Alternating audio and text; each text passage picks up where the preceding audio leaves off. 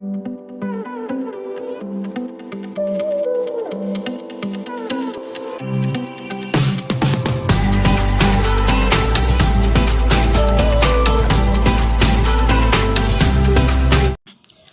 សួស្តីបងប្អូនទាំងអស់គ្នាដែលនៅក្នុងបណ្ដាញសង្គម YouTube ទាំងអស់គ្នាថ្ងៃនេះជួបជាមួយនឹងខ្ញុំបាទ Sophath ថ្ងៃនេះខ្ញុំបាទមានคลิปវីដេអូថ្មីមួយចង់ចែកជូនបងប្អូនទាំងអស់គ្នាអំពីការដាក់ lock នៅក្នុងកម្មវិធី Telegram ឬយើងហៅថានៅលេខកូដនឹងឯងហើយការដាក់នៅ lock នេះគឺវាមានអត្ថប្រយោជន៍គឺនៅពេលដែលយើងទុកទូរស័ព្ទដៃយើងមិនបាន lock screen គឺមានអ្នកផ្សេងចង់ចូល Telegram យើងក៏ចូលអត់កើតដែរលុះត្រាតែស្គាល់នៅ pin code ឬក៏លេខកូដ lock screen របស់យើងទើបអាចចូលបានហើយចំពោះបងប្អូនដែលមិនទាន់បានចុច like និងចុច subscribe នៅ channel ខ្ញុំបាទបងប្អូនអាចចុច like និងចុច subscribe នៅ channel ខ្ញុំបាទនិងដាក់សញ្ញារូបកណ្ដឹងដើម្បីទទួលបានវីដេអូថ្មីៗពី channel ខ្ញុំបាទនៅពេលដែលខ្ញុំផុសលើកក្រោយបាទហើយនេះគឺជាកម្មវិធី Telegram កុំឲ្យខាត់ពេលវេលាយូរសូមតាមដានទស្សនាជាមួយនឹងខ្ញុំបាទដូចតទៅបាទជាដំបូងបងប្អូនចូលទៅក្នុងកម្មវិធី Telegram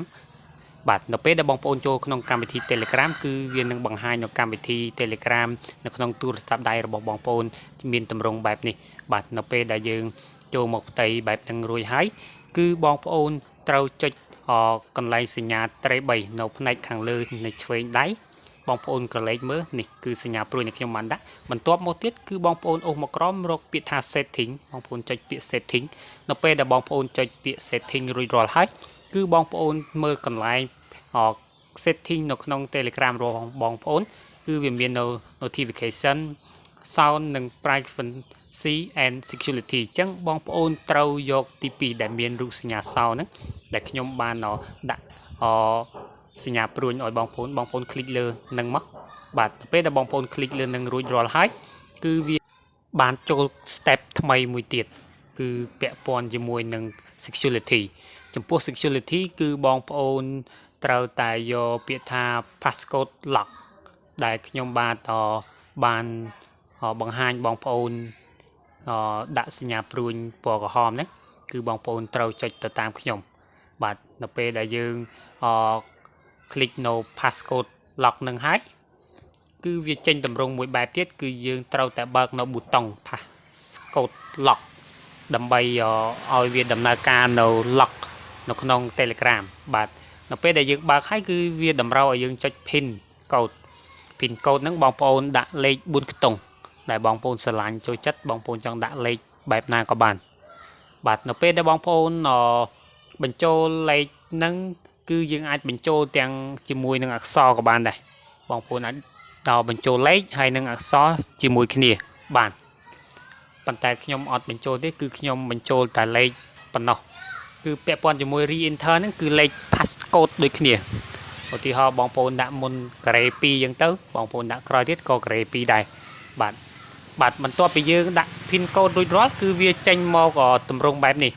ហើយចំពោះកន្លែង auto lock គឺ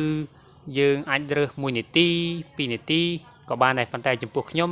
យកពាក្យថា disable បាទនៅពេលដែលខ្ញុំចុចពាក្យថា disable រួចរាល់ហើយគឺវាមានតម្រង់ឲ្យយើង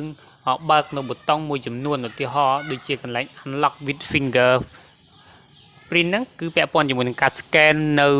ម្រាមដៃឬក៏កាយ៉ាវដៃរបស់បងប្អូនដូចយើងបើក lock screen នៅក្នុងទូរស័ព្ទដៃរបស់បងប្អូនដែរបាទនៅពេលដែលយើងបើកនៅប៊ូតុងហ្នឹងមានន័យថាយើង scan ជាមួយនឹងកាយ៉ាវដៃយើងហើយបើសិនជាទូរស័ព្ទបងប្អូនមួយចំនួនពាក់ព័ន្ធជាមួយនឹងscan មុខគឺវាអាច scan នៅផ្ទៃមុខដូចគ្នាហើយបើសិនជាបងប្អូនមិនចង់ដាក់ទេបងប្អូនអាចបិទប៊ូតុងហ្នឹងបានអូខេបាទឥឡូវខ្ញុំសាកឲ្យមើលនេះគឺជាសោបាទនៅពេលដែល Telegram ធម្មតាយើងអត់ដាក់គឺវាអត់មានទេប៉ុន្តែដល់ពេលដែលបងប្អូនដាក់ហើយបងប្អូនសាក lock screen ចោលអញ្ចឹងបងប្អូនចុចចូល Telegram បាទនៅពេលដែលបងប្អូនចុចគឺលុះត្រាតែ scan នៅកាយ៉ាដៃឬក៏ដាក់ដោះនៅលេខកូដដូចយើង lock screen អញ្ចឹងបានយើងចូលទៅក្នុងកម្មវិធី Telegram នឹងបានហើយបើសិនជាបងប្អូនមួយចំនួនគាត់ចង់ចូល Telegram យើងយកកម្មវិធីឬក៏យកអីផ្សេងព័ត៌មានក្នុង Telegram យើងគឺអត់កើតទេតលតែមាននៅ pin code ឬក៏ passcode ហ្នឹងអ បាទជាចុងក្រោយខ្ញុំបាទសូមអរគុណដល់បងប្អូនទាំងអស់គ្នាដែលចំណាយពេលតាមដានទស្សនាវីដេអូរបស់ខ្ញុំបាទតាំងពីដើមរហូតដល់ចប់ហើយបើសិនជាបងប្អូនមានចម្ងល់បងប្អូនអាច comment នៅខាងក្រោមវីដេអូរបស់ខ្ញុំបាទអំពីការបង្កើតនៅ Passcode ក្នុង Telegram ហើយចំពោះ channel ខ្ញុំបាទមានវីដេអូផ្សេងជាច្រើនទៀតជាពិសេសគឺពាក់ព័ន្ធនឹង YouTube ការរកលុយតាម YouTube អីជាដើមហើយចុងក្រោយខ្ញុំសូមអរគុណសូមជម្រាបលា